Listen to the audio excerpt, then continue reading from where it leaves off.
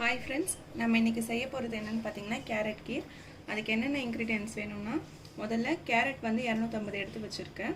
1/2 litre பால் and water, sugar and nuts. நான் இன்னைக்கு பாதாம் மட்டும் போடுறேன். நீங்க என்ன nuts வேணுமோ அதை யூஸ் பண்ணிக்கோங்க.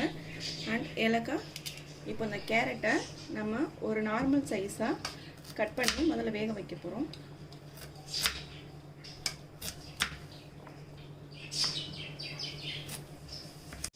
இப்போ இந்த கேரட்டை நம்ம வேக வைக்க போறோம். இந்த கேரட்டை வேக வைக்கிறதுக்கு தேவையான தண்ணி ஆட் பண்ணிக்கிறோம். பிரஷர் குக்கர்ல கேரட்டை வேக போட்டோம். இது ஒரு 2 விசில் வந்தவனே இதை நம்ம ஆஃப் பண்ணி எடுத்துக்கலாம். குக்கர்ல இருந்து எடுத்துட்டோம். அது சூடு ஆறுற வரைக்கும் வச்சுட்டு ஒரு மிக்ஸி ஜார்ல போட்டு அரைச்சிடலாம். இந்த கேரட்டை ஒரு மிக்ஸி ஜார்ல மாத்திட்டு கேரட் ஆல்ரெடி வேக வச்ச தண்ணி கொஞ்சோன்னு அதில் ஆட் பண்ணிவிட்டு இதை கொஞ்சம் அரைச்சிக்கலாம்.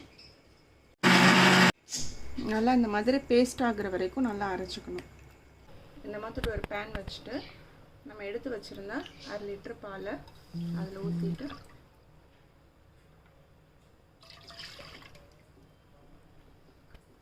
நல்லா இந்த பால் கொதிச்சுட்டு வரட்டும்.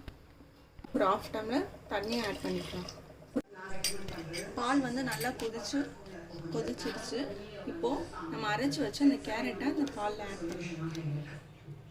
கேரட் கீரை போட்டு கொஞ்சம் நல்லா மிக்ஸ் பண்ணி விட்டுலாம்.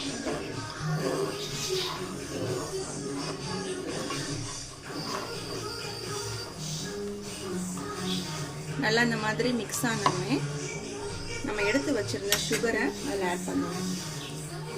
உங்களுக்கு நீங்கள் இனிப்பு அதிகமாக சாப்பிட்றதா இருந்தால் அதிகமாக போட்டுக்கோங்க. எங்களுக்கு இவ்வளோ போதும். போட்டுட்டு நல்லா அந்த சர்க்கரையை மிக்ஸ் பண்ணிக்கோங்க, நல்லா கரையிற மாதிரி. இந்த ஏலக்காய் இருக்குது, ஏலக்காவை வந்து நீங்கள் சர்க்கரையில் அரைச்சி சேர்த்து மிக்ஸ் பண்ணலாம். நான் இன்றைக்கி அப்படி போட போகிறதில்லை. ஆல்ரெடி என்கிட்ட ஏலக்காய் தூள் இருக்குது. ஸோ ஏலக்காய் தூளை வந்து நான் ஆட் பண்ண போகிறேன். ஆட் பண்ணிவிட்டு நல்லா மிக்ஸ் பண்ணிக்கோங்க. அடுப்பு வந்து சிம்மில் இருக்கட்டும். நல்லா இந்த மாதிரி மிக்ஸ் பண்ணிவிட்டு இதே மாதிரி ஒரு 10 நிமிஷம் இருக்கட்டும். இப்போ 10 நிமிஷம் ஆயிடுச்சு. இப்போ கேரட் கீர் நல்லா திக்னஸ் கொடுத்துருச்சு. நீங்கள் பாருங்கள். இப்போது இந்த டைமில் நம்ம எடுத்து வச்சுருந்த நட்ஸை போடலாம். நான் வந்து இன்றைக்கி பாதாம் போடுறேன். பாதாம் போட்டுட்டு நல்லா மிக்ஸ் பண்ணி விடுங்க. இதே லோ ஃப்ளேமில் ஒரு 5 நிமிஷம் இருக்கட்டும். கேரட் கீர் ரெடி ஆயிடுச்சு.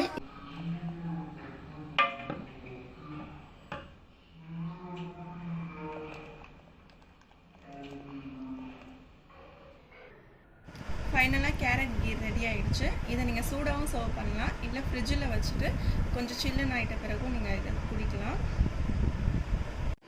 நீங்களும் இந்த ரெசிபியை வீட்டில் ட்ரை பண்ணுங்கள். இந்த ரெசிபி உங்களுக்கு பிடிச்சிருந்துச்சுன்னா நீங்கள் லைக் பண்ணுங்கள், கமெண்ட் பண்ணுங்கள். தேங்க்யூ.